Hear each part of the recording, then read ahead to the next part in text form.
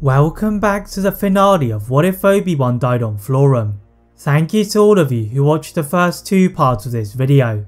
To recap what happened in those episodes in the event you haven't seen them, the death of Obi-Wan had sent Anakin and Ahsoka down the path of the dark side.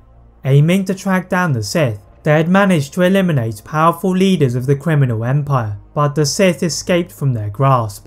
Now their best opportunity to defeat Maul and Savage arose on Mandalore. Having previously failed to defeat the brothers, Anakin had a plan on this occasion, and trusting his Padawan's skills to hold off Maul, Anakin leapt at Savage.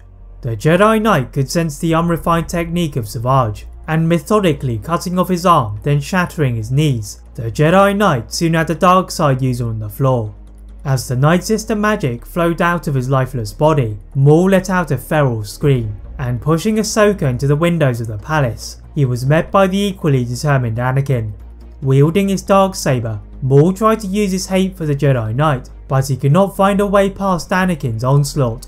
Ordering for his army to attack the Jedi, Bo-Katan had been waiting for such an order, and firing back at the Super Commandos, it allowed a mysterious hooded figure to enter the battle before Maul could escape again.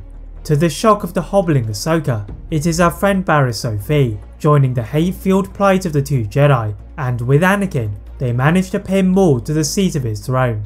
The former Sith asked them if they wanted to know the truth behind the Sith and the war, and moving his lightsaber closer to the neck of Maul, Anakin ordered him to reveal everything he knew.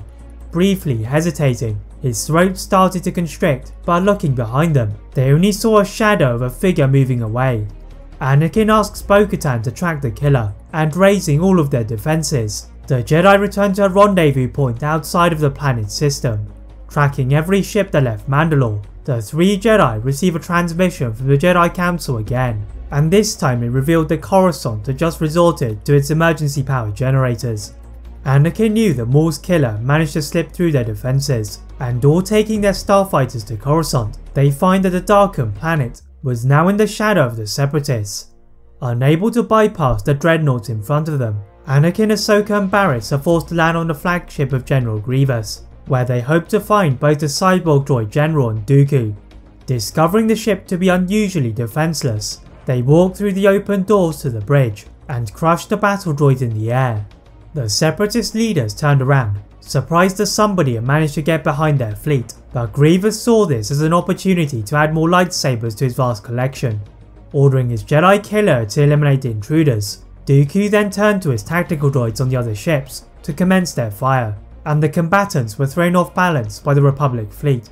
Having heard all about fighting Grievous from his master, this was a battle that Anakin simulated many times, but the speed was still intense, and this was sensed by Ahsoka and Barriss, who were pushed into the controls of the ship.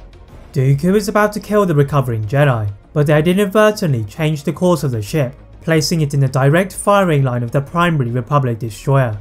The windows of the bridge soon caved in, and as Dooku scrambled to an escape pod, the three Jedi fought their way back to their starfighters, leaving Grievous to fly out into the battle and fall prey to the crossfire, despite his best attempts to join his master. Returning to the smouldering galactic city, the Jedi quickly arranged themselves to launch a counterattack, and going to protect the Chancellor on the orders of Mace Windu, they enter the turbo lift to repair in his office.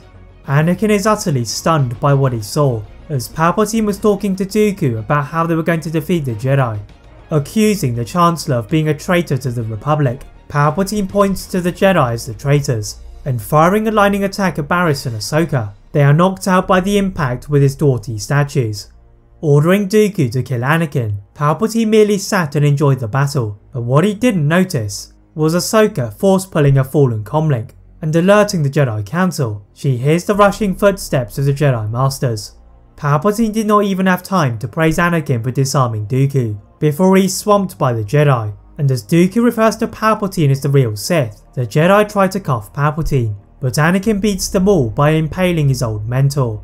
The Jedi are angry at Anakin for not allowing them to interrogate the Sith Lord, and returning to the quarters of Grandmaster Yoda, they hear the voices of Qui-Gon and Obi-Wan, telling them that Anakin had been right to kill Palpatine. Having completed his revenge, the Jedi Knight helps to rebuild the Senate in Coruscant, then departed the planet to eliminate the remains of the Separatists, then Maul's crime syndicate. Although Anakin soon became a Jedi Master and married Padme, nothing would bring back Obi-Wan. That is it for What If Obi-Wan Died on Florrum. If you enjoyed this What If, please like this video, turn on that notification bell, click that subscribe button on this channel, as well as on my other channel What If Films. And as always, leave a comment on what if you'd all like to see next, and how I can improve my videos. Thank you all very much for watching, and see you next time.